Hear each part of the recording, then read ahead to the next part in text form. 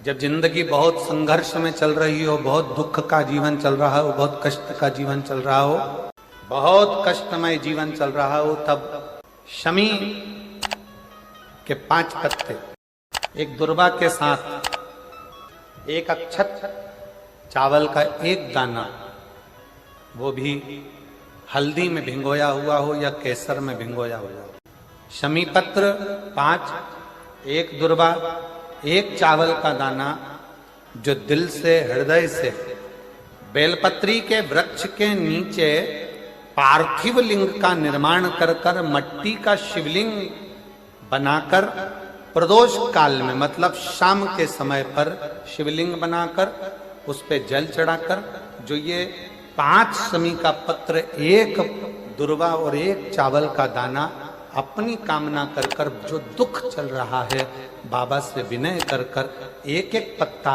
जब समर्पित कर दे, फिर एक दुर्वा समर्पित कर दे, फिर एक चावल का दाना समर्पित कर दे और बाबा का वहीं पर पुनः विसर्जन कर दे, 3 महीना तो जाने दो, 15 दिन के अंदर वो दुख कटता जरूर है, चाहे कोई भी दुख, किसी भी तरह का दुख क्यों नहीं। एक बेलपत्र के वृक्ष की परिक्रमा करने वाले को हजारों अश्वमेघ यज्ञ का फल प्राप्त हो जाता है, हजारों अश्वमेघ यज्ञ का फल प्राप्त हो जाता है। उसी तरह एक पार्थिव लिंग का निर्माण करने वाले को, मिट्टी का शिवलिंग का निर्माण कर कर पूजन करने वालों को 12 ज्योतिर्लिंग के शिवलिंग के दर्शन का पुण्य फल प्राप्त। अंतर्गत वर्णन किया गया शंकर भगवान की आराधना में, शिव की आराधना में, जब तुम्हें लगता है कि तुम्हारा व्यापार नहीं चल रहा, कोई तुम्हें धोखा दे रहा है, लक्ष्मी नहीं आ रही, बहुत चिंता में पड़े हुए हो, बहुत टेंशन में जिंदगी चल रही है, बहुत बीमारियां तुमको घेर ली है और चारों तरफ अंधेरा ही अंधेरा नजर आ रहा है, तुमने विचार करा अब मैं तो मर जाऊं तो अच्छा, मैं सुसाइड कर लूं तो अच्छा, मैं मर जाऊं तो अच्छा, तो मरने से पहले एक काम कर कर देखना, शंकर भगवान की आराधना कर कर देखना, शिव पर एक लोटा जल चढ़ा कर देखना, और ज्यादा चिंता, ज्यादा टेंशन हो तो बेलपत्री के जड़ को घिसकर उसका चंदन बनाकर शंकर को लेपन कर कर उसकी भी आराधना कर कर देखना कि बेल चंदन का फल क्या है। बेलपत्र, एक बेल की नीचे की डंडी से लेकर ये 2 पत्तियां जहां लगी हैं, और 2 पत्ती से लेकर ये बीच की जो पत्ती है उसमें जो गेप है, उसमें जो जगह दिख रही है आपको, ये 2 पत्ती से लेकर बीच की पत्ती के बीच में जो जगह खाली रहती है, 33 कोटि देवी देवताओं विराजमान रहते हैं इस बीच की जगह में। जब शिव जी को चढ़ाया जाता है तब इस पत्ती के बीच की जगह शंकर के शिवलिंग पर रखा जाता है, तो शिव जी इतने प्रसन्न होते हैं कि मेरी स्तुति करने के लिए ये भक्त 33 कोटि देवताओं को लेकर आया है, मेरी स्तुति करने के लिए। लोग चावल लाए, लोग अंबारियां लाए, धन लाए, दौलत लाए, संपदा लाए, पर एक शंकर का भक्त ऐसा होता है जो एक बेलपत्री के रूप में 33 कोटि देवताओं को, 64 योगिनियों को, आदि शक्तियों को शंकर को समर्पित कर। कहीं हमने गौदान नहीं करा, कहीं हम किसी तीर्थ में नहीं गए, हमने कहीं गौदान नहीं करा, हमने कहीं ब्राह्मण भोजन नहीं कराया, हम कहीं गंगा, यमुना, कावेरी, सरस्वती, नर्मदा, छिपरा, पुण्यवान नदी में हम स्नान नहीं कर पाए। शिव महापुराण की कथा कहती है, भूलवश भी अगर पिपलेश्वर या बटकेश्वर किसी शिवालय पर भूल से भी अगर एक लोटा जल चढ़ जाता है तो देव अधिदेव महादेव सारे तीर्थों का फल अपने आप प्रदान कर देते हैं। भूल से भी चढ़। एकांतेश्वर महादेव, कहीं हमने गौदान नहीं करा, कहीं हम किसी तीर्थ में नहीं गए, हमने कहीं गौदान नहीं करा, हमने कहीं ब्राह्मण भोजन नहीं कराया, हम कहीं गंगा, यमुना, कावेरी, सरस्वती, नर्मदा, छिपरा, पुण्यवान नदी में हम स्नान नहीं कर पाए। शिव महापुराण की कथा कहती है, भूलवश भी अगर पिपलेश्वर या बटकेश्वर किसी शिवालय पर भूल से भी अगर एक लोटा जल चढ़ जाता है तो देव अधिदेव महादेव सारे तीर्थों का फल अपने आप प्रदान कर देते हैं। एकांतेश्वर महादेव जो कि एकांत में बैठा हुआ है, एकांतेश्वर महादेव अकेला बैठा है अलमस्त होकर। आप जा रहे हो गाड़ी लेकर, आप 4 व्हीलर गाड़ी में जा रहे हो, ट्रैक्टर में जा रहे हो, ट्राली में बैठकर जा रहे हो, क्रूजर में बैठकर जा रहे हो, 2 व्हीलर गाड़ी में बैठकर जा रहे हो, और एकांतेश्वर महादेव का मंदिर दिख गया कोई एकांत में, भले उसका नाम नहीं मालूम तुमको कि कौन सा महादेव, पर अकेला बैठा है जंगल में, वृक्ष की छांव में, एक ओटले पर, कोई दीवार नहीं, कोई जाली नहीं, कोई गेट नहीं, कुछ भी नहीं। शिव मंदिर में जाकर 1 लोटा जल समर्पित करती थी, और शास्त्र कहता है कि शंकर के मंदिर में अगर 1 लोटा जल कोई एक परिवार का व्यक्ति भी समर्पित कर रहा है तो समझ लेना कि वो अपनी 71 पीढ़ी को पार लगा रहा है। वो अकेला नहीं, 71 पीढ़ी को पार लगा रहा है। शिव महापुराण की कथा कहती है जब बच्चा गर्भ में आता है, माता के गर्भ में जब संतान आती है, और माता के गर्भ में जब संतान रहती है, उस 9 महीने में स्त्री नारी अगर कहीं शंकर के मंदिर के सामने से निकल जाए, या शिवालय का जल स्त्री को मिला हो, या शंकर भगवान का कोई प्रसाद, या शंकर भगवान का कोई नाम जाप, या शंकर भगवान का कोई मंत्र जाप उस स्त्री के कानों में पहुंच जाए, तो जो गर्भ में बच्चा होता है वो बच्चा शंकर की कथा तक या शिवालय तक उसको बिना बोले ही वो अपने आप चला ही जाता है, पहुंच ही जाता है।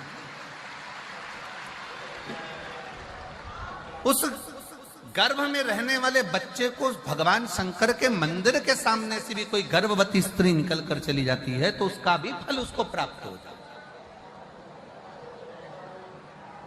उसका भी फल उसको प्राप्त हो जाता है। और वो फल साधारण नहीं होता। क्यों?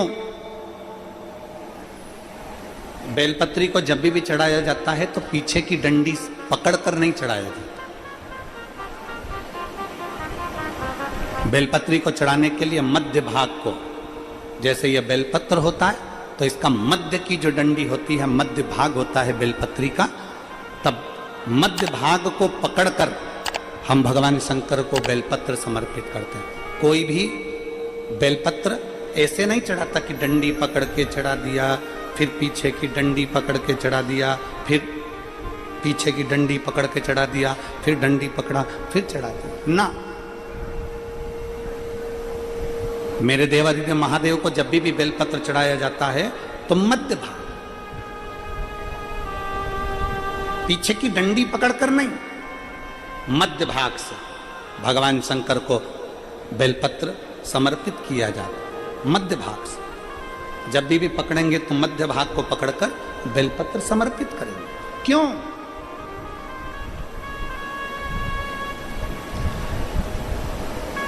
क्योंकि हमने भगवान शिव को मध्य भाग पकड़कर इसलिए समर्पित करा कि ये केवल बेलपत्र का मध्य भाग नहीं है मेरे शंभू, मेरे हृदय के मध्य भाग को मैं आपके चरणों में समर्पित कर रही हूं। मेरा दिल, मेरा हृदय, मेरा चित्त मैं आपको दे रही हूं। मध्य भाग एक विश्वास के साथ दे रही हूं। इतनी सुंदर बात नंदी ने कही है। नंदी ने ये बात जो कही वो वास्तव में बड़ी सुंदर है कि मान लो यदि कोई कार्य तुम्हारा हो नहीं रहा और पूरी दुनिया में तुमने कर कर देख लिया, बहुत प्रयास कर कर देख लिया, तो भी वो कार्य अगर तुम्हारा नहीं होता, तो फिर एक काम करो कि शिव की स्तुति करो, शंकर की स्तुति, शंकर का गुणगान, शंकर की भक्ति, शंकर का स्मरण।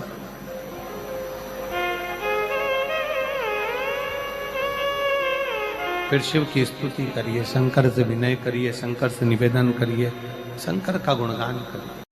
शंकर की भक्ति होती कब है?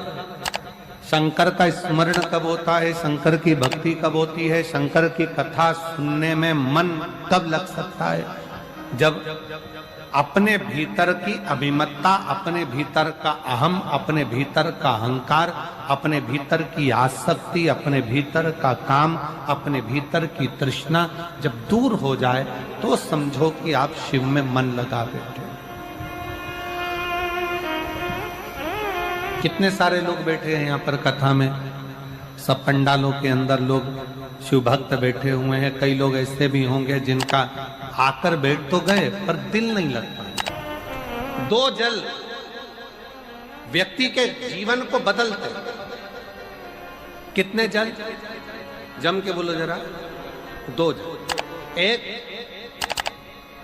देवाधिदेव महादेव के लिए भरा गया एक लोटा जल और दूसरा है स्वयं के लिए भरा गया एक लोटा जल। यहां पर अगर बुजुर्ग मेरी माताएं बैठी होंगी, मेरी जीजियां बैठी हैं, मेरे जीजा बैठे हैं, बुजुर्ग जितनी माताएं बैठी हैं वो पुराने समय का अगर लेख उठाकर देखेंगे तो पुराने समय के लोग भोजन करने बैठते थे ना, तो भोजन करने से पहले अपने पानी के लोटे को भरकर, अपना गिलास भरकर बैठते थे। किसी ने देखा है कि नहीं देखा? जम के बोलो जरा। देखा है आप लोगों ने? पुराने समय के लोग जब भोजन करने बैठते थे, पुराने समय के लोग जब भोजन करने बैठते थे तो अपना पानी का गिलास, अपना पानी का लोटा पहले भरकर आसन लग जाता था। बहू आसन लगा देती थी, बहू खाना बना देती थी, घर की पत्नी खाना बना देती थी, भोजन बना देती थी, घर के लोग भोजन दे देते थे। थाली कोई भी लगा कर ला कर दे, थाली कोई सजा कर ला कर दे, पर घर का जो व्यक्ति खाना खाने बैठता था, भोजन करने बैठता था, वो अपना पानी स्वयं भर कर बैठता। अब आज के जमाने में दुनिया के लोग कहते हैं मैं दुकान चला रहा हूं, दुनिया के लोग कहते हैं मैं घर चला रहा हूं, दुनिया के लोग कहते हैं मैं ये कर रहा हूं।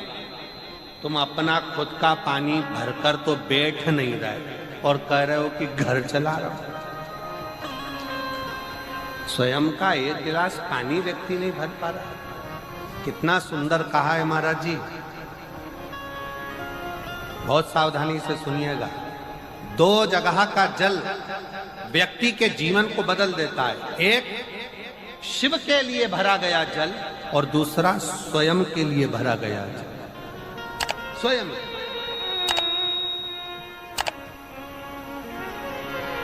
शंकर के मंदिर में जा रहे हो, एक लोटा जल अपने घर से भरकर लेकर चले जाओ और अपने घर में जब तुम भोजन करने बैठ रहे हो, जब तुम रोटी खाने बैठ रहे हो, भोजन करने बैठ रहे हो, भोजन ग्रहण करने बैठ रहे हो, जब तुम भोजन को ग्रहण करने के लिए बैठ रहे हो, तब अपने घर में जब तुम भोजन ग्रहण करने बैठ रहे हो तो एक लोटा जल या एक गिलास पानी भरकर बैठो।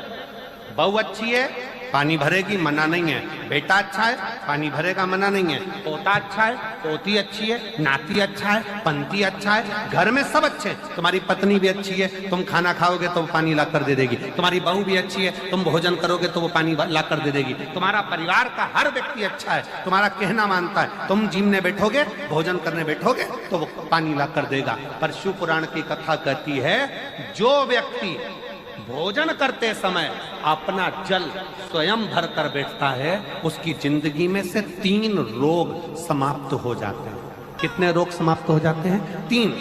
पहला, अपना जल स्वयं भर कर बैठने वाले के घुटने का कभी भी डॉक्टर उसके घुटने बदलने का बोलेगा ही नहीं, घुटना बदल ही नहीं सकता। स्वयं का जल भर कर बैठे। दूसरे नंबर पर, जिसकी रीढ़ की हड्डी में कमर से लेकर कंधे तक जिसकी हड्डी में दर्द होता हो, या जो सुबह सुबह सोकर उठता हो और उसके कंधे दुखते हो या पीठ दुखती हो। दूसरे नंबर का रीढ़ की हड्डी का दर्द। और तीसरे नंबर का, डॉक्टर को दवाई खा खा कर परेशान हो गए और आधा सिर का रोग, भुकुटी, ये भौएं दुखती हो, सिर दुखता हो, ये कान के पास का दर्द होता हो, तो अपना भोजन करते समय अपना पानी स्वयं भर कर बैठो। आपको ये 3 रोग से मुक्ति अपने आप मिलना प्रारंभ हो, अपने आप।